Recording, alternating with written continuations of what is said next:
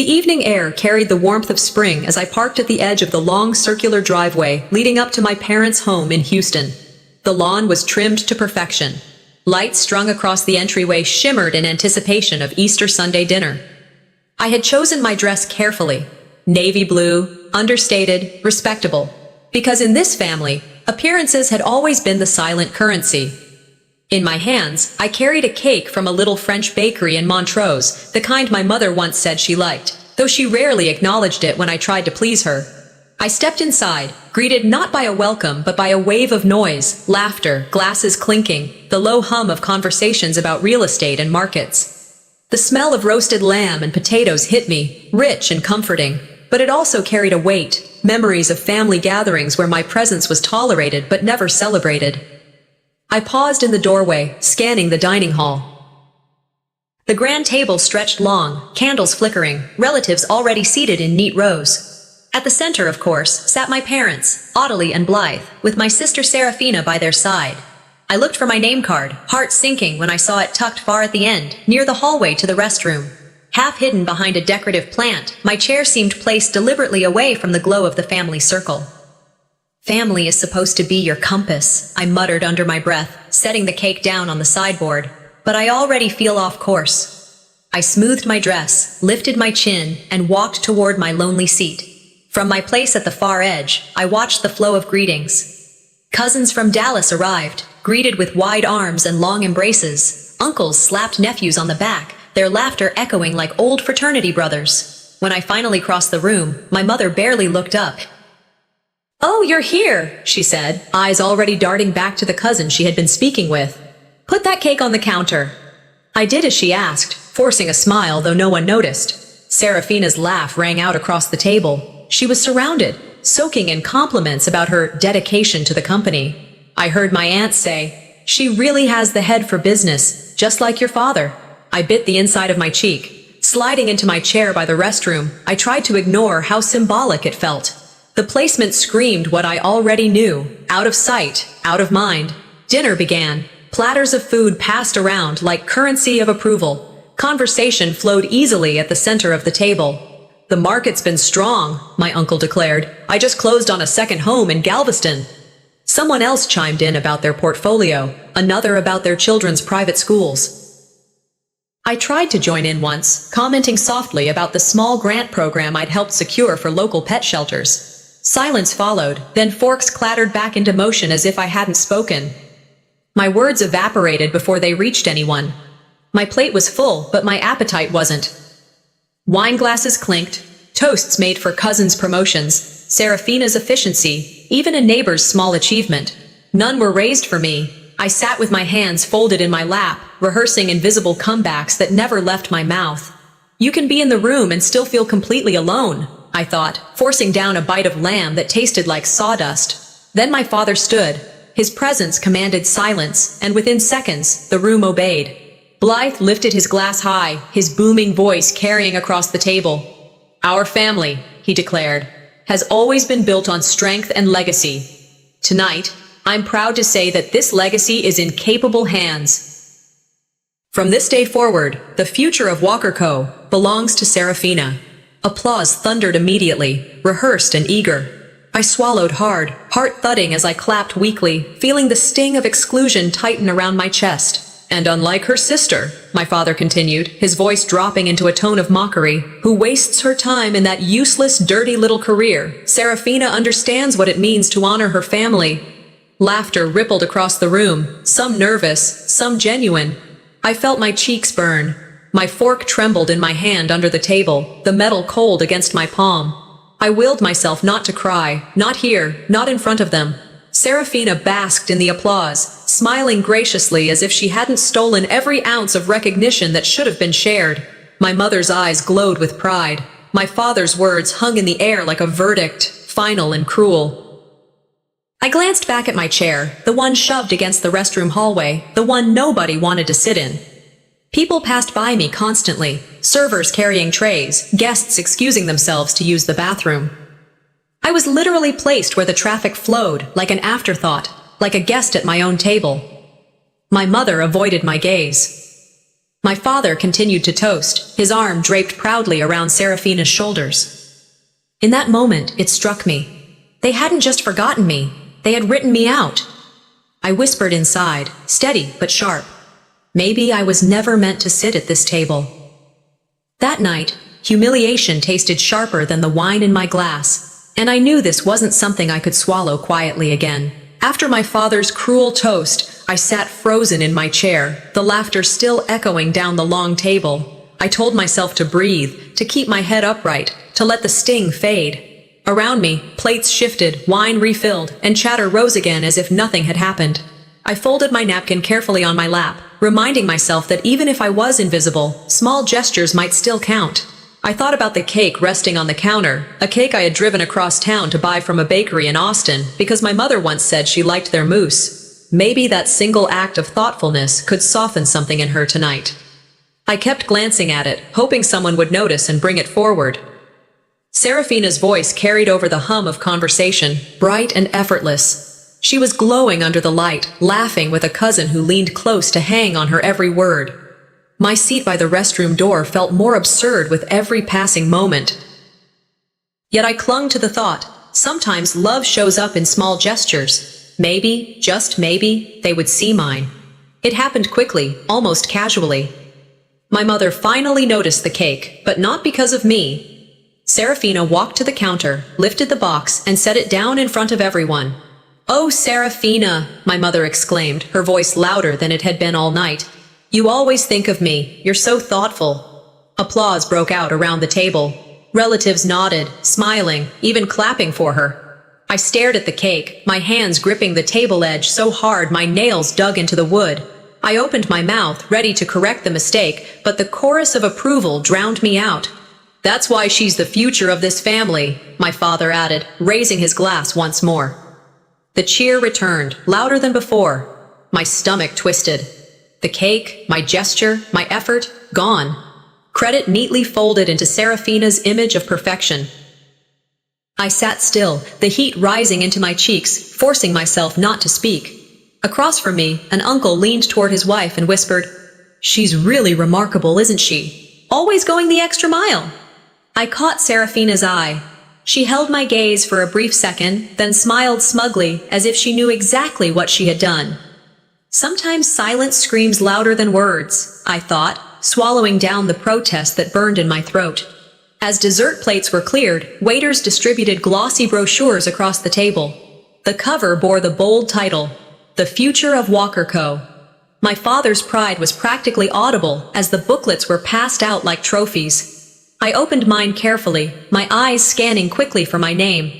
At first I didn't see it. Page after page showed Serafina's face, posed with executives smiling in tailored suits, photographed in the gleaming offices of the company. The caption read, "Next CEO." Finally, on the last page, in the staff section, I found it.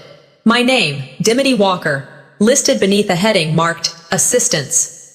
My chest tightened, the air heavy in my lungs. I had never been hired by the company, never paid by it, but somehow they had found a place for me at the very bottom. My cousin sitting next to me leaned over, chuckling uncomfortably. "At least they spelled your name right," he murmured, flipping his own copy closed. I stared at the page, unable to move. It felt like reading my own obituary, like watching history being rewritten while I was still alive. My family had managed to reduce me to a footnote. I whispered under my breath, low enough that only I could hear. They rewrote history and left me a footnote. The voices around me swirled, relatives commenting on Serafina's leadership, her intelligence, her sacrifices. Each word pushed me further into a hollow space, detached from the clinking glasses and polite laughter. I excused myself quietly, pushing my chair back and walking toward the hallway that led to the restroom. The mirror above the sink reflected a face I almost didn't recognize. Tired eyes, jaw tight, lips pressed together to hold back the storm. "I can't let them define me like this," I whispered to my reflection. "Not anymore." Images flooded my mind. Birthdays where my gifts were brushed aside. Holidays where Serafina's accomplishments were paraded, while mine were ignored. Years of small humiliations I told myself to forgive. It was no longer possible to see these as oversights. This was deliberate, intentional, a pattern designed to erase me. I leaned against the counter, staring harder at my reflection. I looked weary, but behind the exhaustion, a quiet fire burned. I thought of a quote I once read. "The best revenge is massive success." Sinatra's words echoed in the bathroom's silence. For the first time that evening, my lips curved into something close to a smile, not of joy, but of resolve. When I returned to the table, the banquet looked different. It wasn't brighter or louder. It was simply clearer. To them, I wasn't part of the family. They had already erased me, already built a future that didn't include my name.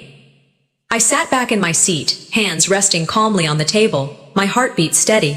They believed I was invisible, expendable, someone to push to the edge of the room and the margins of their story. But something inside me shifted.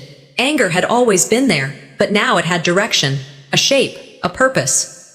They thought they had written me out, I said to myself silently, looking down the long stretch of the table to where Serafina sat, basking in praise. They didn't realize I was just beginning to write my own story. The memory still comes to me in fragments. The smell of old cigar smoke, the weight of silence inside my father's office, and the sight of polished mahogany that had always symbolized permanence. It was a year before the banquet, but the sting of that day carried into everything that came after. I walked in expecting to witness my place secured, my name inked on the documents that were supposed to carry our legacy forward. Instead, I saw papers spread across the desk, shareholder certificates stacked neatly, and my father seated with Serafina at his side like a king grooming his heir. My eyes scanned the list, searching for my name. There should have been 2 daughters side by side. But where I expected recognition, I found a blank. My name wasn't missing by mistake, it was absent by design. "Dad?" I asked carefully, though my chest felt tight. "Why isn't my name here? You told me—" He didn't even glance up. His voice came sharp, cold. "This company needs clarity." "We don't have room for confusion. You chose a dirty career, Dimity. We chose the heir." The words dropped heavy, final. Serafina leaned back, smirk tugging at her lips, her fingers flipping the page as though she had already claimed it all. The rage inside me begged for release. I wanted to slam my hand on the desk, to demand he explain how decades of being his daughter could be wiped away so easily, but no sound came out. My throat locked, as if even my voice had been erased along with my name. My mother entered then, a tray of tea in her hands. She set it down with grace, glanced at me once and said, "Don't make a scene, Dimity. This is how things must be." That was her comfort. This is how things must be. I stood frozen, the papers shaking slightly in my hand. There was no fight I could start that would change their decision. They had closed ranks around Serafina, and my existence inside that office was already a nuisance. I left without speaking, my fists clenched so tight they ached. In my head, I repeated a phrase I'd once read. Sometimes silence isn't consent, it's survival. That day, silence was all I had. But survival, I promised myself, would mean remembering every detail, every word. Months later, the phone rang close to midnight. I recognized the number instantly. Against my better judgment, I answered. "Dimity," my father said, his voice stripped of authority, heavy with something I hadn't heard before. Desperation. "What is it?" I asked, sitting upright on the edge of my bed. "There's been a problem. A contract fell through. We need money immediately, or the company will suffer irreparable damage. You understand what that means." I hesitated. The image of that office resurfaced, my name erased, his declaration that I was unworthy. But the word family echoed louder than memory. "How much?" I asked, though every nerve in my body screamed not to. 50,000, he said. "Just to cover until things stabilize. You'll have it back. You know we always take care of our own." I laughed bitterly under my breath. "Do you? Don't be ungrateful now," he snapped, the desperation cracking but the arrogance still intact. "You have the means. This is for your family's survival." The silence stretched long. My pulse hammered as I stared at the credit card on my nightstand, knowing what this choice would cost me. Finally, I said quietly, "Fine." The next day, I wired the money, maxing out my card, pulling from savings that had taken years of late nights and hard work to build. I whispered to myself, maybe this will make them see me differently. Maybe this will be enough. But it wasn't. At the next family gathering, my father stood once more, pride swelling his voice. "Let us thank Serafina," he announced, "for her quick action in saving us when disaster struck. She is the reason this company still stands." Applause burst across the table. Relatives clapped, nodding approvingly, voices layering with admiration. I froze, fork poised in midair. $50,000 had left my account, sacrificed in silence, yet credit had already been redirected, absorbed into Serafina's crown. She smiled, modest but triumphant, as if she had indeed rescued them. My mother touched her arm tenderly and whispered, "This is why you're meant to lead." Not once did anyone glance my way.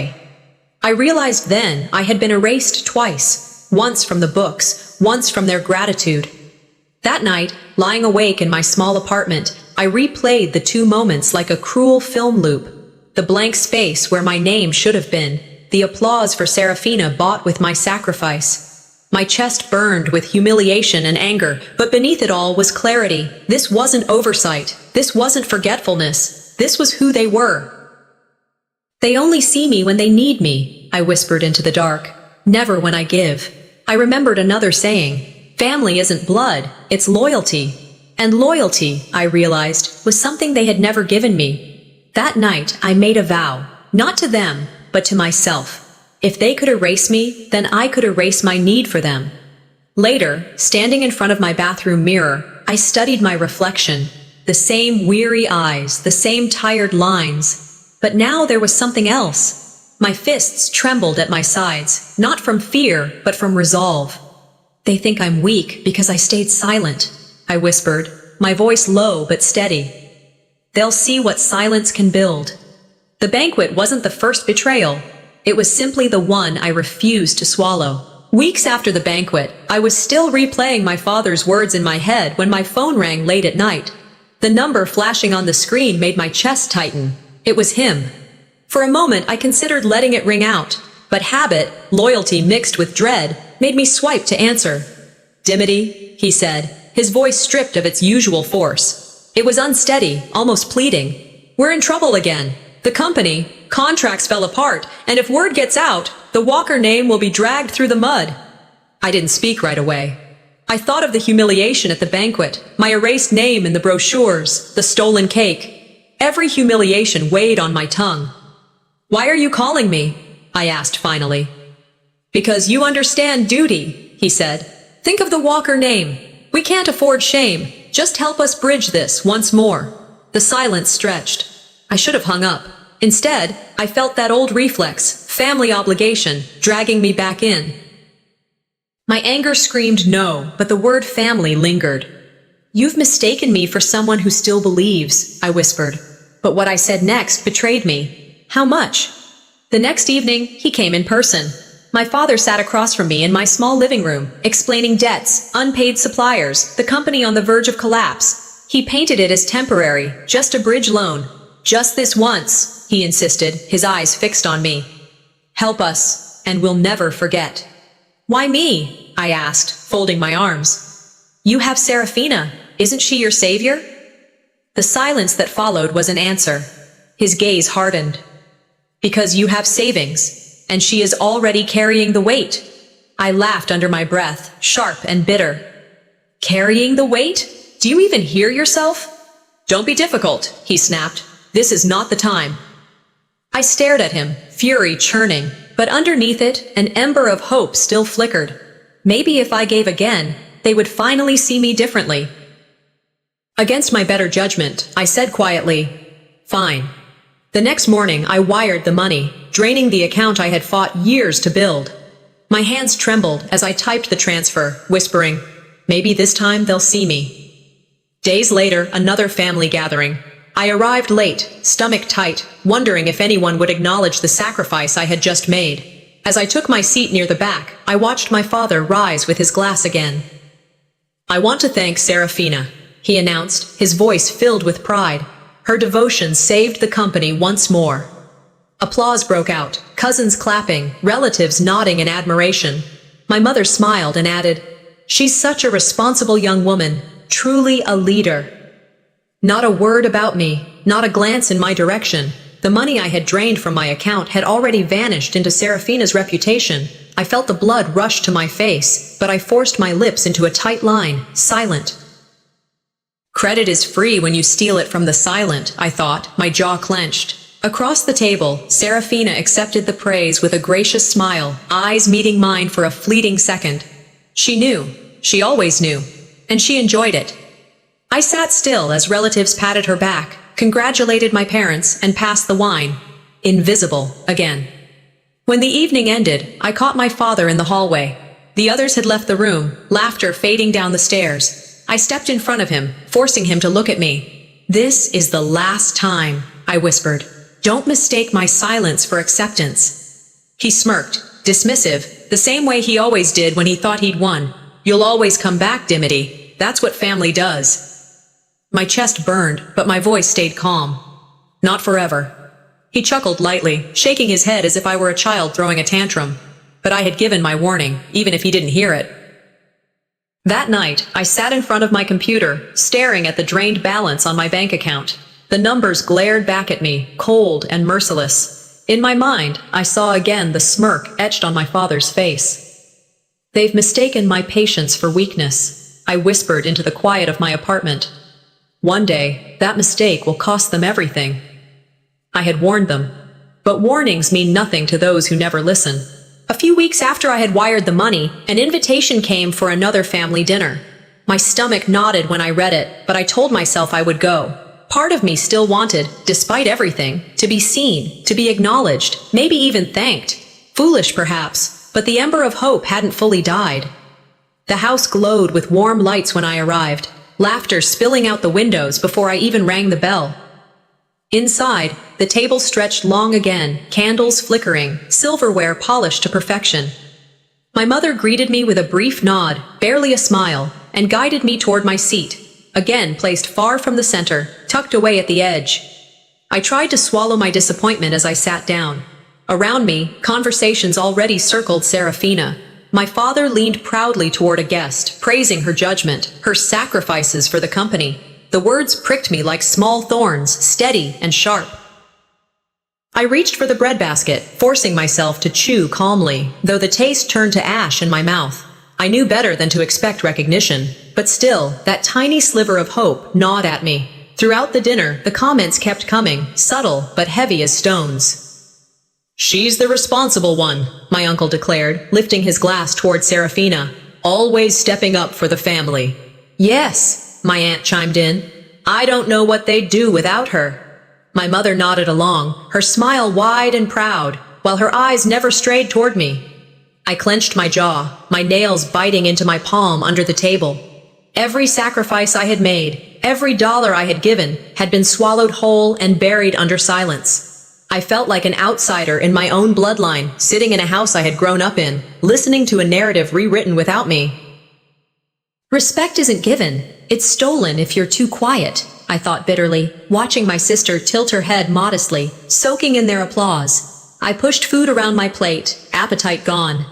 My silence was heavy, but my pride kept me from breaking it too soon. Eventually, the weight of their praise pressed too hard against my ribs. I cleared my throat, speaking softly but firmly.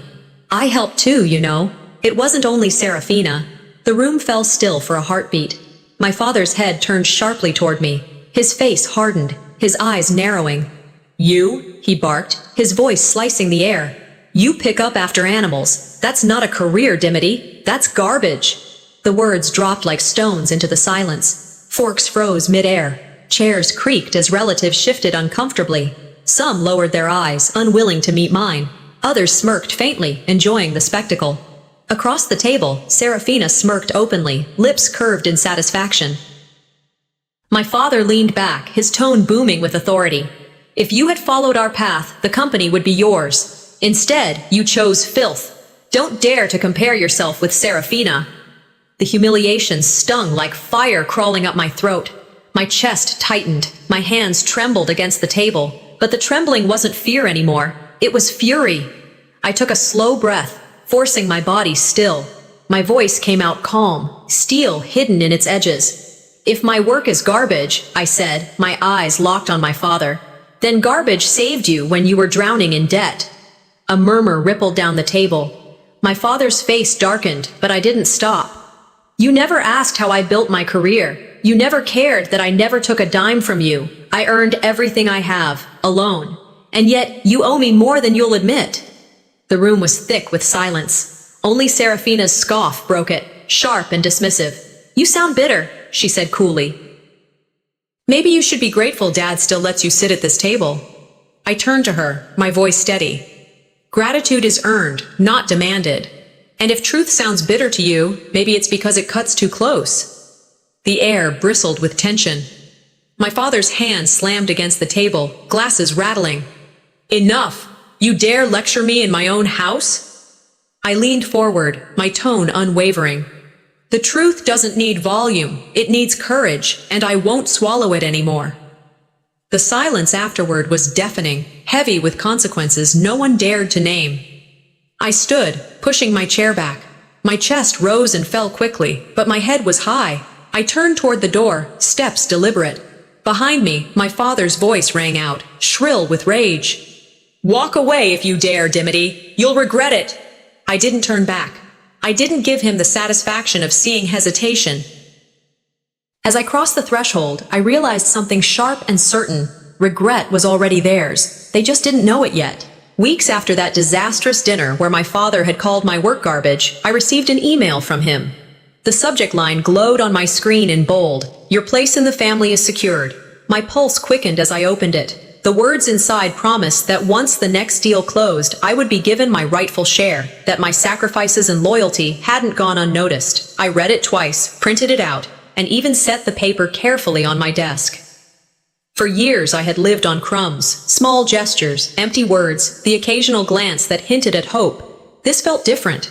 This was written proof, tangible acknowledgement that maybe, just maybe, my father still saw me. But a month later, when I returned to the shared family account where that email had been stored, it was gone, deleted, erased as though it had never existed. I confronted him over the phone, the printed copy in my hand. "Dad, I have the message. You wrote it." He laughed softly, dismissive. "You must have imagined things, Dimity. Don't confuse wishful thinking with reality." The sting of betrayal burned deeper than before. I felt gaslit, my reality dismissed as delusion. That paper in my hand was proof, yet somehow he had twisted it into another reason to doubt myself. That night, I sat at my desk staring at the printed email. The page looked so small, so powerless against the years of denial I had endured. For so long, I had convinced myself to endure, to wait, to believe that eventually my family would see me for who I was. But as I held that paper, I realized even proof could be erased, even words could be denied. "They'll never give me what I deserve," I whispered into the quiet room. Not a cent, not respect, nothing. The thought wasn't bitter, it was final. That was the moment I stopped waiting. Early in 2019, I packed what little I had into my car and drove to Austin. My savings were modest, barely enough for rent and a little leftover, but I needed distance. The house I left behind in Houston felt like a mausoleum of broken promises. In Austin, I found a garage for rent, a small, cheap space with a concrete floor and a single buzzing light bulb. To anyone else, it looked like a storage unit. To me, it was freedom, a place where no one could erase me. Neighbors passed by, shaking their heads when they saw me working late into the night. "Starting a business here? Good luck with that," one muttered.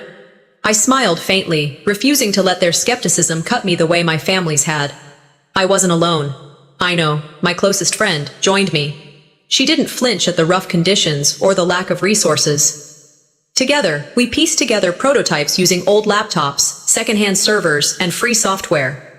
The garage smelled constantly of burnt coffee and soldering metal, the air heavy with exhaustion and stubborn determination. One evening, as we taped sketches of our product across the wall, Ino looked at me. "You know they'll never believe until they see it succeed." I met her gaze and replied, "They don't have to believe, they just have to watch." Theodore Roosevelt's words often echoed in my mind. Do what you can, with what you have, where you are. That garage embodied it. We had little, but we had enough to start. Many nights, long after Ino had gone home, I stayed behind in the garage alone. I would sit at the folding table, surrounded by wires and empty coffee cups, staring at the sketches taped to the wall. One night, I whispered to the silence, "One day, this garage will be worth more than their empire." It wasn't arrogance that fueled me, it was survival. For the first time in my life, I felt a shift. I was no longer the invisible daughter fighting for a seat at their table. I was a fighter building a new one. The loneliness of that garage was lighter than the suffocating silence of my parents' home. Close to midnight, the hum of the single bulb filled the space as I closed my laptop. My phone buzzed on the table, another family group message lighting up the screen with Serafina's praises. I didn't open it. I didn't need to. I leaned back, a faint smile tugging at my lips. For the first time in months, it wasn't forced. "They thought I was gone, forgotten," I whispered. "They didn't see the storm I was building." The first months in Austin were a blur of long nights, empty takeout boxes, and the stubborn hum of my old laptop. I tried to remind myself why I left Houston, why I had chosen distance over suffocation. In that small garage, the air smelled of dust and burnt coffee, but it was mine. Here, I was no one's afterthought. Yet, I knew survival required more than determination. I needed funding. So one morning, I ironed my blouse, gathered my business plan binder, and walked into a local bank. My hands trembled slightly as I clutched the binder, graphs and projections carefully arranged. I told myself over and over, "This is your chance. This is where you'll prove them wrong." Inside, the banker looked me over, his smirk thin but sharp. He flipped the cover of my binder and didn't even try to hide his skepticism. "Aren't you from the Walker family?" he asked. His voice carried a mocking tone that twisted my stomach. "Didn't they cut you off?" My breath caught. It felt as if my family's dismissal had followed me, a shadow I couldn't shake. "I'm here to talk about my company," I replied, forcing my tone steady. He skimmed the pages with the kind of detachment reserved for someone already making a decision. "Ambitious idea, but without backing, without a track record, it's risky." His smile widened, polite but cutting. "We'll have to decline." I gathered the papers, my cheeks burning. Still, I straightened my shoulders, refusing to let him see me collapse. As I walked out into the Texas heat, I whispered to myself, "Every no brings you closer to a yes." That evening, drained but restless, I scrolled through Facebook. And there it was, a post from a distant relative. "She's playing entrepreneur," it read. "Let's see how long until she comes crawling back." Dozens of comments piled beneath it, some couched as jokes, others dripping with scorn. Family members had clicked like. Their words blurred together into one long sneer. My fingers hovered over the keyboard, tempted to lash out, but I stopped. Instead, I screenshotted every word. Silence, I decided, could be my sharpest weapon. Ino, sitting beside me, glanced over my shoulder. Her face darkened as she read. "You don't deserve this," she said, her voice low with anger. "But keep the receipts. One day they'll matter." I closed the laptop slowly. "I don't need to answer them," I said. "They've already written their part of the story. Mine is just beginning." Inside, I felt rage coil tight, but beneath it, a strange kind of fuel. Their mockery wasn't crushing me, it was feeding me. Later that night, I stood in the garage again, staring at our crude prototype. Wires tangled, servers duct-taped, screens glitching. It looked fragile, imperfect, but it was ours. I ran my hand over the paper sketches taped to the wall, my chest steadying with every touch. "They can mock me all they want," I murmured. "They don't see what I see." Ino returned with 2 cups of coffee, setting one down beside me. "Dimity," she said, her eyes fierce. "They laugh now, but you'll laugh last." We worked into the small hours, fueled by caffeine and grit. Every keystroke, every adjustment to the design felt like a step away from their narrative. There were no toasts, no applause, but here, in the hum of the garage, I found belonging. "Success is the best revenge," I told Ino, as we collapsed into old folding chairs for a break. She grinned. "Then let's make sure it's loud." When I finally shut down for the night, I couldn't shake the images replaying in my head. The banker's smirk, the Facebook post, the cousins clicking like on words meant to humiliate me. Instead of crushing me, the memory sharpened me. Standing in the dim light of the garage, I whispered into the silence, if they see me as a joke, then my success will be the punchline. I didn't want recognition anymore.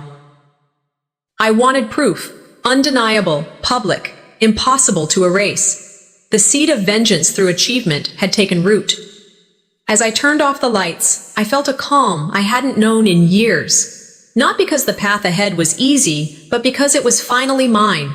They thought their laughter was the end of my story, but I knew, deep in my bones, it was only the beginning of theirs. It was one of those nights where fatigue felt like a second skin. The garage was stifling with the scent of solder, half-empty coffee cups littered the folding table, and my eyelids weighed heavier than my ambition. Yet something inside me refused to stop. I stared at the crude prototype on my laptop screen. Lines of code, clumsy at best, but alive. "Dimity, you should rest," Ino said, stretching as she leaned back in her chair. "We've been at it 14 hours straight." I shook my head, gripping my phone. "No. If we stop now, it'll feel like all the laughter they threw at me was justified. I need something." That was when the idea came. Not polished pitches, not thick business binders, but something raw. A short video. Just me, explaining why we built this app, why pet owners mattered, why even people who were dismissed as garbage could build something meaningful. I propped up my phone on a stack of boxes. The light was poor, shadows cutting across my face, and the audio crackled with static. Still, I spoke like I was speaking to a friend. "Hi, I'm Dimity," I said into the lens, voice trembling but steadying with each word. "I know what it feels like to love a pet and feel like nobody's listening. That's why we're building this, so you'll never feel alone in caring for them." I ended it simply. No frills, no fake polish. When it finished uploading to YouTube and Facebook, I leaned back, exhaling. "If 10 people watch," I whispered to Ino with a faint smile, "I'll call it a win." 2 days later, my phone wouldn't stop buzzing. At first I thought it was a glitch. Notifications piled in so fast I couldn't read them all. Tens of thousands of views had become hundreds of thousands, then millions. Comments poured in from strangers across the country. "Finally," one wrote, "someone gets what pet owners need." "This is brilliant," another said. "Where can I sign up?" A headline appeared in a local paper. "Austin startup video goes viral." News anchors picked up the story, their voices filled with curiosity about the woman in a garage with a vision. Ino burst through the garage door, her phone in hand, tears glistening in her eyes as she laughed. "Dimity, you've started a movement!" I sat frozen, my hands trembling as I refreshed the page again and again, watching numbers climb as if gravity had been reversed. "Maybe this is it," I whispered, barely audible over the chaos of pings and rings. "Maybe this is the turning point." It felt like stepping into sunlight after years underground. The viral wave didn't fade, it built momentum. Suddenly, investors were calling. What had started as curious emails became serious offers. Small seed funding turned into introductions to larger firms. I found myself in meetings where the same kind of men who had once dismissed me now leaned forward eagerly, hanging on every word. The garage grew too small for what we were building. We moved into a modest office, then another, until multiple spaces across Austin carried our name. Hiring staff felt surreal, people who didn't know me as the forgotten Walker daughter, but as the founder who gave them a chance. I remember standing in the new office lobby the day we put up our logo. Employees gathered around, clapping, while Ino squeezed my hand. "This," she said, "is what loyalty looks like." Industry mentors reminded me over coffee, "Don't flaunt your success too early. Even family can turn envious." I smiled faintly at that. Family had always been envious, but not of success. They were envious of control. By 2021, our company reached a valuation of $1.2 billion. An official unicorn. I sat in my office, staring at the email from Forbes. "Congratulations, you've been selected for 30 under 30. The magazine arrived weeks later, my face on the glossy page alongside innovators I had admired for years. Friends sent flowers, employees brought champagne, and the office erupted in celebration. I lifted my glass, not to boast, but to honor the nights of exhaustion, the humiliation that had fueled me, the refusal to stay erased. Meanwhile, silence from Houston. No call, no message. Not even acknowledgement that the invisible daughter had built something bigger than their entire empire. And that was when I realized I didn't need their recognition anymore. Success, I thought, echoing an old phrase, is the sweetest revenge. The night of our billion-dollar celebration, I stood on the rooftop of our new headquarters, gazing out at the Austin skyline glittering like scattered diamonds. The wind whipped against my hair, carrying the sound of laughter from the floor below where my team was still toasting. My phone buzzed in my hand. A message from an unknown number lit the screen. 4 words. We need your help. My heart sank. I didn't need to ask who it was. Their empire was crumbling, and they were coming for me again. Rumors started trickling through Houston like a slow leak. At first, they came as whispers at coffee shops, murmurs in boardrooms, and the occasional sharp comment on business forums. Walker Co. is behind on payments, I overheard one former supplier say at a diner, his voice low but knowing. Something's wrong. Another chimed in. Contracts are falling apart. They can't keep up. I sat alone in my Austin office late one evening, scrolling through online articles and trade bulletins, my coffee cold beside me. The rumors lined up like dominoes. Accounts frozen, lawsuits pending, suppliers refusing to deliver. Part of me wanted to be skeptical. After all, Walker Co. had been the giant in the room for decades. But another part of me, the daughter who had been erased, mocked, dismissed, was not surprised at all. My chest tightened, not with pity, but with recognition. This was inevitable. The arrogance that had once sat across from me at long dining tables was finally eating itself alive. I remembered a quote I had read once. You can ignore reality, but you can't ignore the consequences of ignoring reality. Ayn Rand's words fit perfectly now. One afternoon, I couldn't resist. I drove back to Houston and parked across from the company headquarters. The building loomed, but its shine was gone. Workers on ladders were pulling down the massive Walker Co. logo from the top of the building. Each letter screeched as it was unbolted, the sound echoing through the street like a eulogy. The giant W swayed before it was lowered, leaving behind dark marks where it had clung stubbornly to the stone. A few employees stood outside, arms folded, their faces pale. I overheard their conversations. They haven't paid us in weeks. My health insurance, gone, just like that. They kept promising things would turn around. Lies. All lies.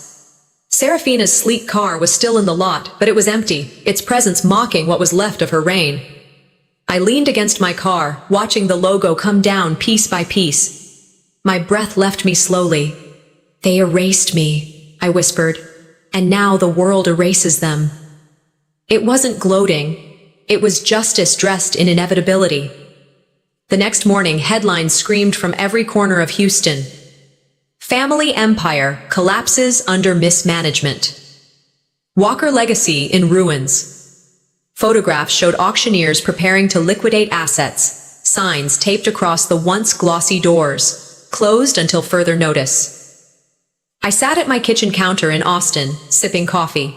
The paper lay spread before me. Serafina's smiling face printed large from an old publicity shot, now paired with captions describing failure.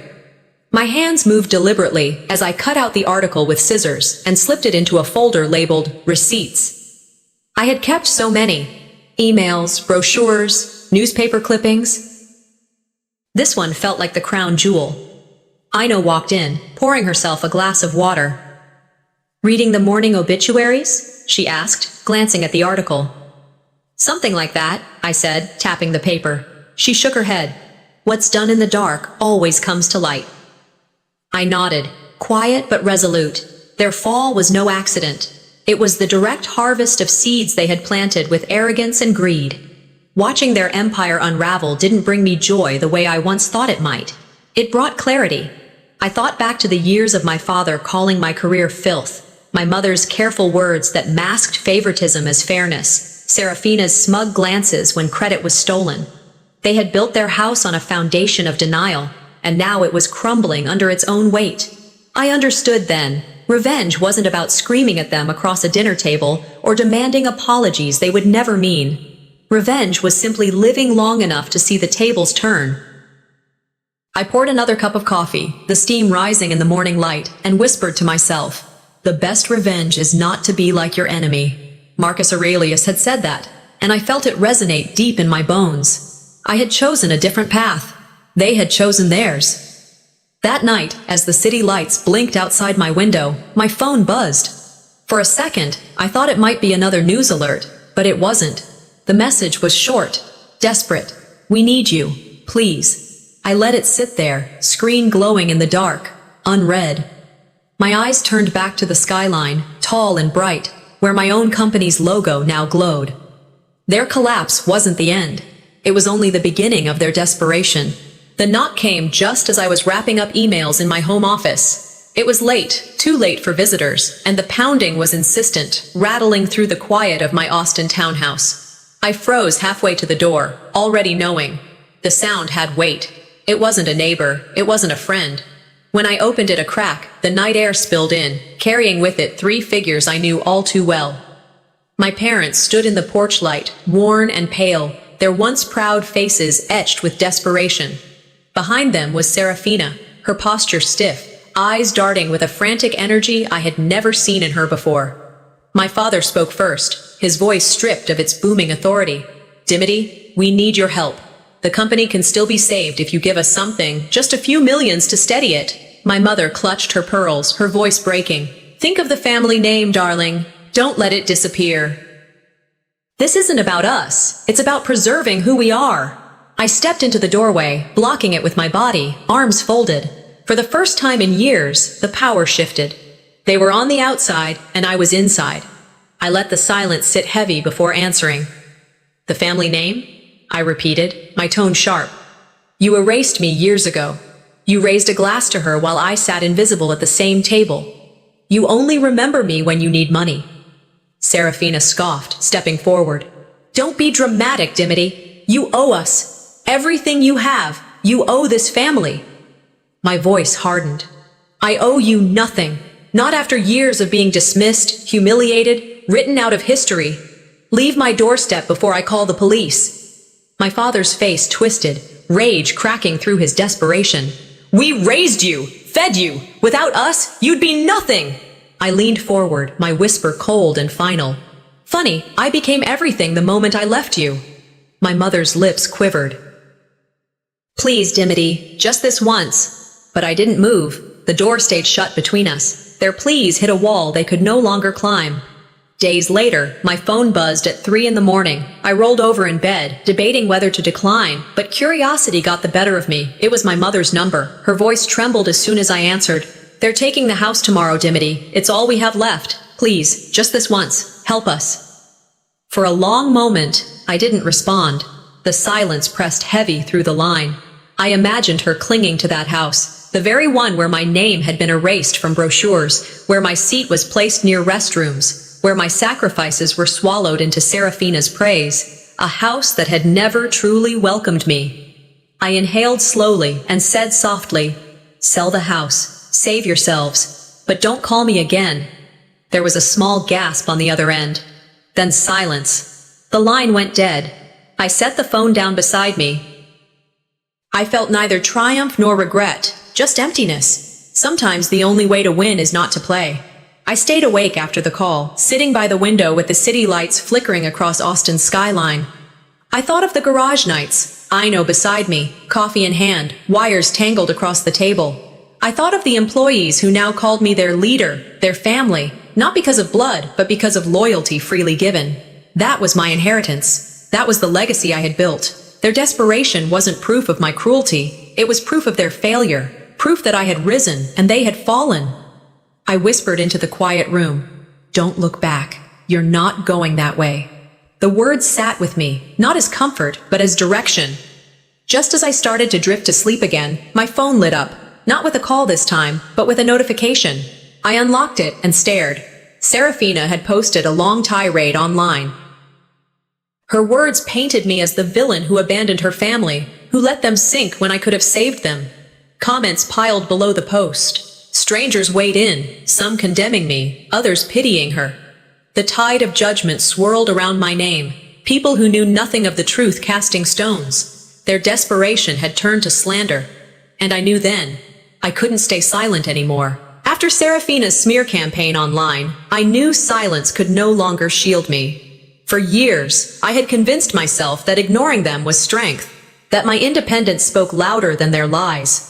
But watching strangers echo her words, calling me ungrateful and cold, I realized the truth. Silence had become a weapon they wielded against me.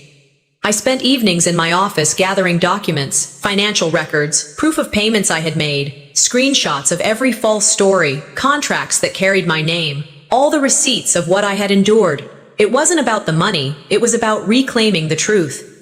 My employees noticed my distraction and gathered around me one evening. "Dimity," one of them said gently, "you don't owe them anything. You've given enough." I looked up from the pile of papers and answered softly, "I'm not doing this for them. I'm doing it for me." The calm I felt was unsettling, like the quiet before a storm. I knew something was coming. It didn't take long. A week later, the pounding at my door returned. I opened it to see my parents, with Serafina standing defiantly behind them. The desperation in their eyes had soured into accusation. My father wasted no time. "Sign the check, Dimity. The family name must survive. If you care about us, you'll do it." I reached into the folder at my side and pulled out a check I had prepared days earlier.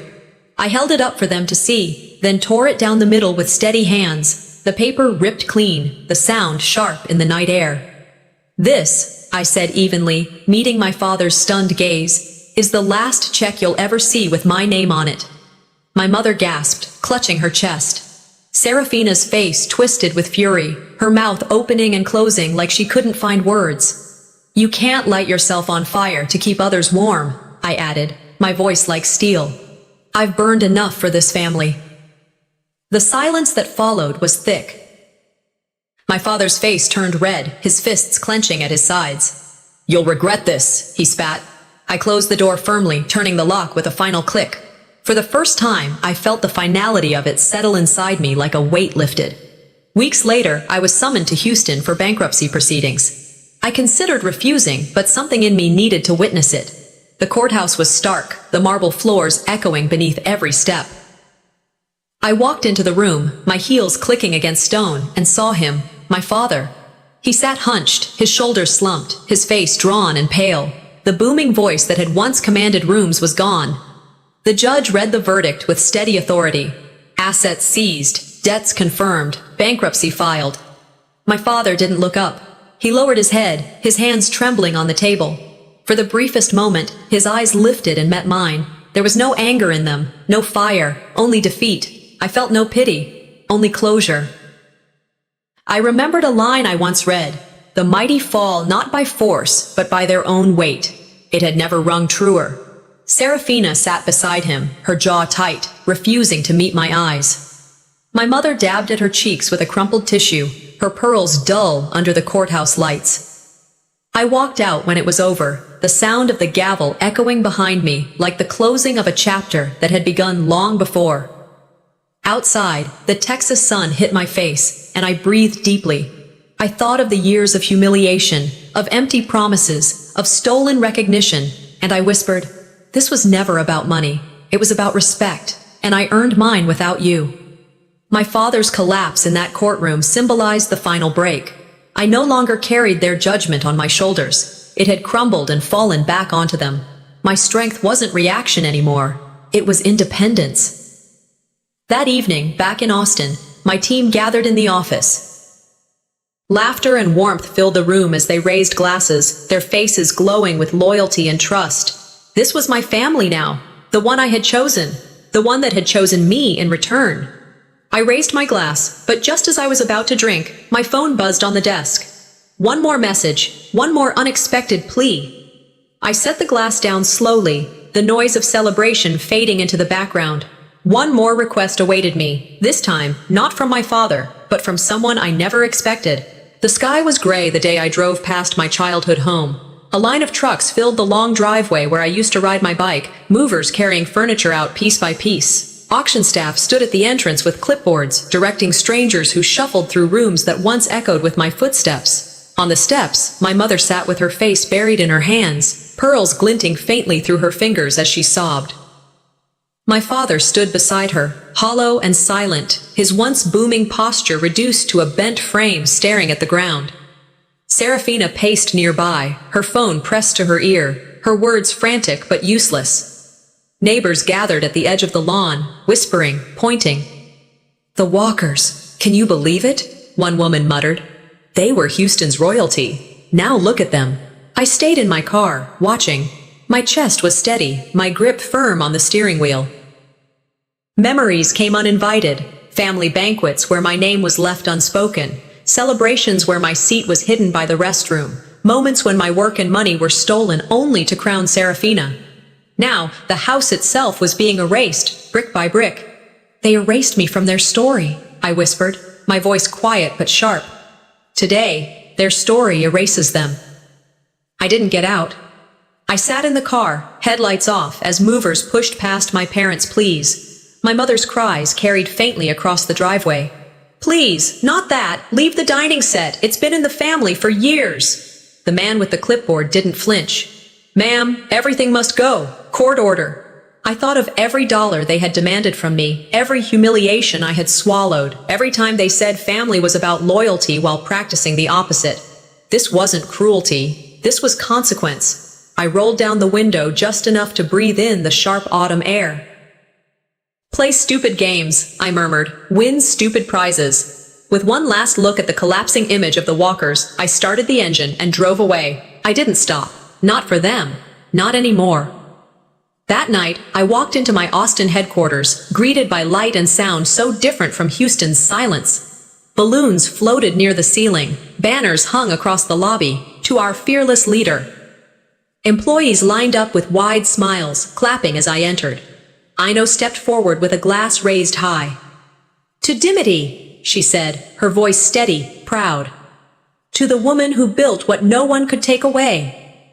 Cheers erupted, laughter bubbling through the crowd. Someone popped champagne, the cork hitting the ceiling before falling with a dull thud. Music played from a speaker, employees clinking glasses, hugging, celebrating. I looked around at faces that weren't tied to me by blood, but by belief, by choice. Their loyalty wasn't extracted through guilt or silence. It was offered freely, and it filled the room with warmth I hadn't known in years. For the first time in a long time, I felt belonging without conditions. "Family isn't always blood," I said as I lifted my own glass. "It's the people who show up." The room roared in agreement. My chest swelled, not with pride, but with peace. Later in the evening, a photographer called us together. "One photo to mark the milestone," he said, ushering us into a group. We stood close, arms linked, faces lit with joy. The camera clicked, the flash bright against our tired but glowing expressions. A few days later, that photo was framed and hung in the lobby of our headquarters, right where clients, investors, and newcomers would see it first. I stood in front of it alone one morning, staring quietly. To anyone else, it was just a picture of a team. But to me, it was proof. The old family portrait that had erased me, cropped me out, dismissed me, was gone from my mind. In its place was this. "This," I whispered softly, "is the only family picture that matters." It wasn't nostalgia. It was closure.